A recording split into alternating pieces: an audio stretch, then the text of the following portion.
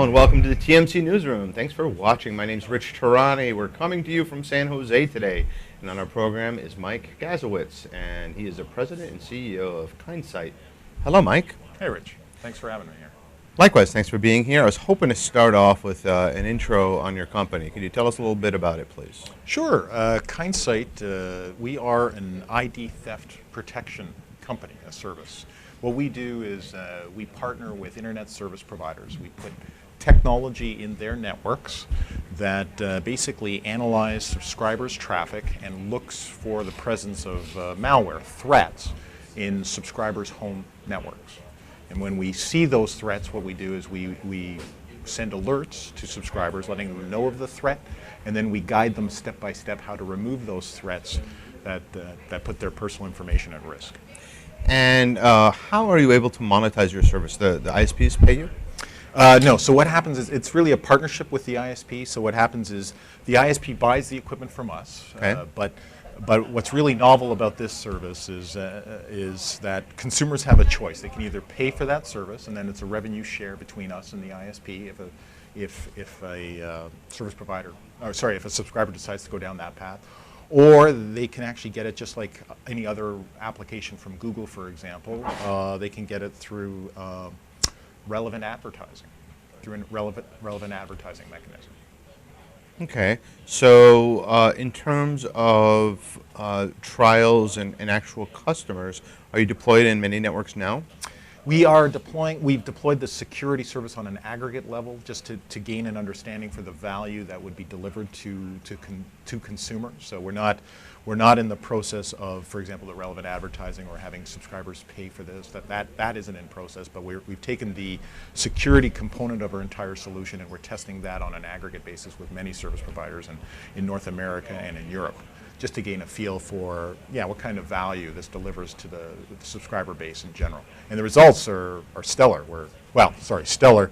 I mean, it's kind of a good news, bad news. The good news is we offer a lot of value. The bad news is, we're sending in these trials, we would send alerts to about 30% of the subscriber base. So fairly high number. So it's a bad news, but the good news is at least we would be adding a lot of value. So malware, botnets, Trojans, all Absolutely. sorts of stuff all like of those that, things, right? botnets, things that, quite honestly, if you look what so first of all, I want to stress this is something very complementary to client-based AV, the McAfees, the Semantics of the world, very complementary. Sure. We sit in the network, we're analyzing the traffic. So this is a concept we borrowed from the enterprise space. Most large enterprises, they have desktop AV, but they also have appliances in their internal networks that look for weaknesses, gaps, because there's always gaps in any type of a system.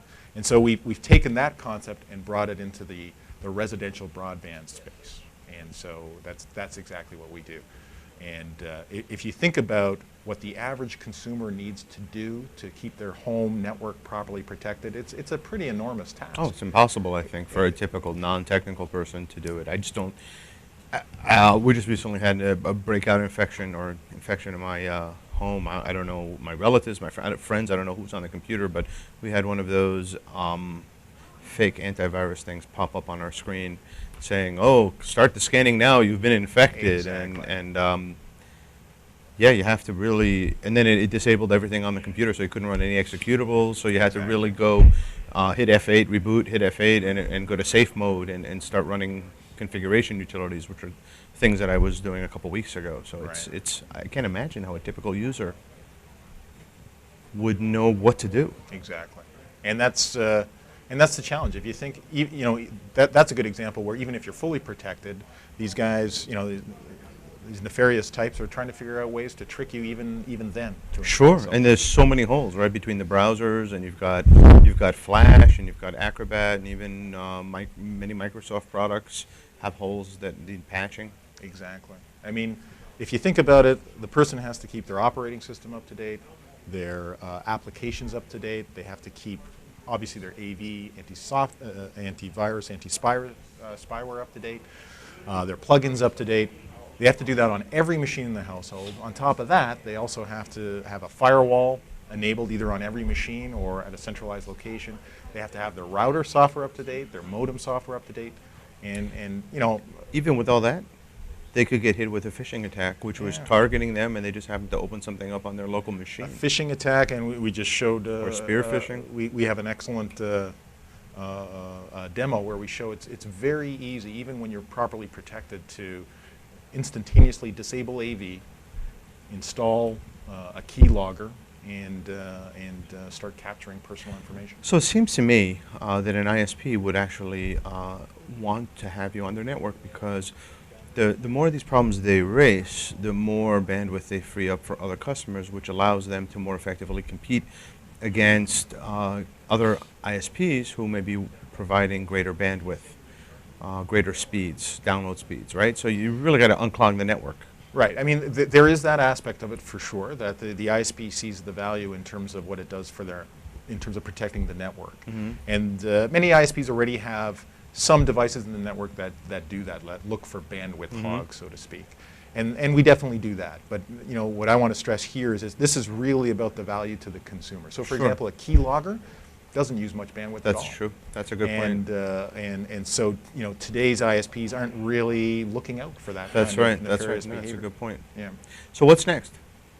Well, we're in, as we talked about, trials, and now we're moving to launches. Okay. I mean, there is the relevant advertising aspect to what we're doing, and the fact that we're based in the network, we recognize there's some sensitivities from a privacy perspective. Sure.